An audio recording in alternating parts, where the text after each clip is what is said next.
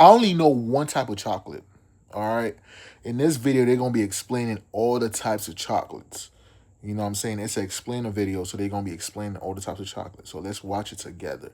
Because I only know one type of chocolate, which is dark chocolate. Yeah. Let's watch it. Dark chocolate. The cacao tree was first cultivated by the Olmecs in Mesoamerica around What did I say? Dark chocolate, that's all I know. But it seems like that's not the only chocolate. Let's keep going. 1500 BCE, and the Mayans and Aztecs prized cacao beans so highly they used them as currency. Dark chocolate must contain at least 50% cacao solids, though premium versions go as high as 99%. The percentage indicates how much of the bar comes from the cacao bean versus added sugar. Belgian chocolatiers in the 19th century pioneered the smooth texture we know today by inventing the conching process, which grinds the chocolate for hours or even days. The higher the cacao percentage, the more pronounced the flavor notes become. Some taste fruity, others earthy or nutty, depending on where the beans were grown. Milk chocolate. In 1875, a Swiss chocolatier named Daniel Peter spent 8 years trying to combine milk with chocolate, but the water in milk kept causing the mixture to spoil or separate. His breakthrough came when he partnered with his neighbor, Henri Nestlé, who had invented powdered milk, and together they created the first stable milk chocolate. By law, in most countries, milk chocolate must contain at least 10% cacao solids and 12% milk solids. American milk chocolate often has a higher sour tang because Hershey's original recipe used I lied. So I do know, so it's two types. I do know the milk chocolate. Yeah, Hershey's. How did I miss that? partially lipolysed milk, a technique that helped preserve it before refrigeration was common. That distinctive flavor became so popular in the US that it's now considered the standard American chocolate taste. White chocolate. Technically, white chocolate isn't chocolate at all because it contains no cacao solids, only cocoa butter, sugar, and milk. Nestlé introduced it commercially in 1930 with the Gallic bar in Europe. For decades, purists refused to call it chocolate, and the FDA didn't officially recognize it as such until 2004.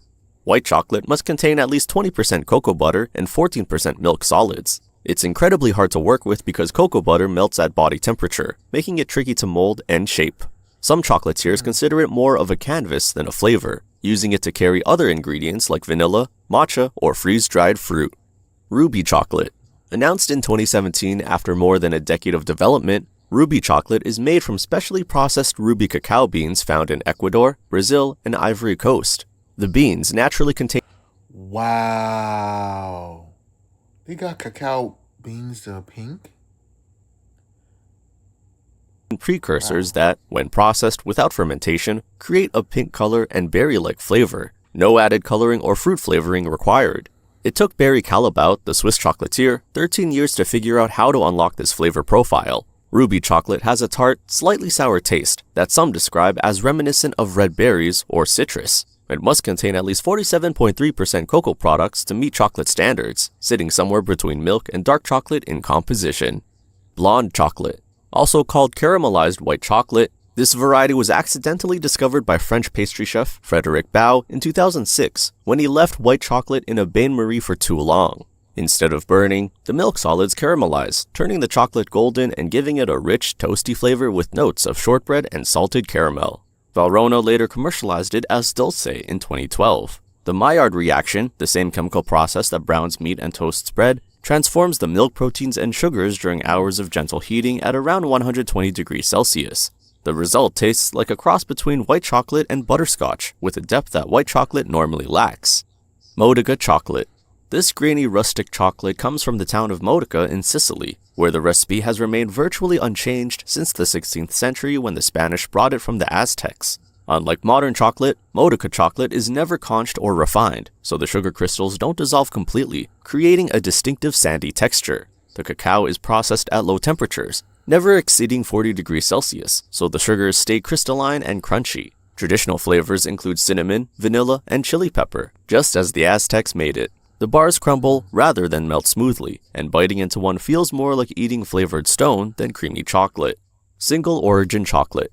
Unlike blended chocolate made from beans sourced from multiple countries, single origin chocolate comes from one specific region or even a single estate. Venezuelan cacao from the Chuao region is considered some of the finest in the world, with only 20 tons produced annually from a small village accessible only by boat. Madagascar beans taste distinctly fruity and acidic, while Ecuadorian Nacional cacao has floral notes. Single origin bars became trendy in the 2000s as the craft chocolate movement took off, similar to what happened with coffee. Chocolatiers began treating cacao like wine, with the soil, climate, and environment affecting the final flavor profile. Gianduja. Created in Turin, Italy during the Napoleonic Wars, when a British blockade made cacao scarce and expensive, chocolatiers began mixing ground hazelnuts into chocolate to stretch their supply. Traditional gianduja contains about 30% hazelnut paste mixed with chocolate, creating a smooth, spreadable texture. It's the sophisticated ancestor of Nutella, which was also invented in Italy after World War II, when cacao was again in short supply. Real gianduja uses Piedmont hazelnuts, which have more of a delicate, less bitter flavor than other varieties, and the mixture is blended until silky smooth. Raw chocolate. Raw chocolate is made from cacao beans that haven't been roasted, keeping them under 42 degrees Celsius throughout processing to preserve enzymes and antioxidants. The raw food movement popularized it in the 2000s, claiming health benefits from I want the raw one. If there's anything I took from this video, I want that raw chocolate because he said it got antioxidants and health properties. That's what I want. the unprocessed cacao.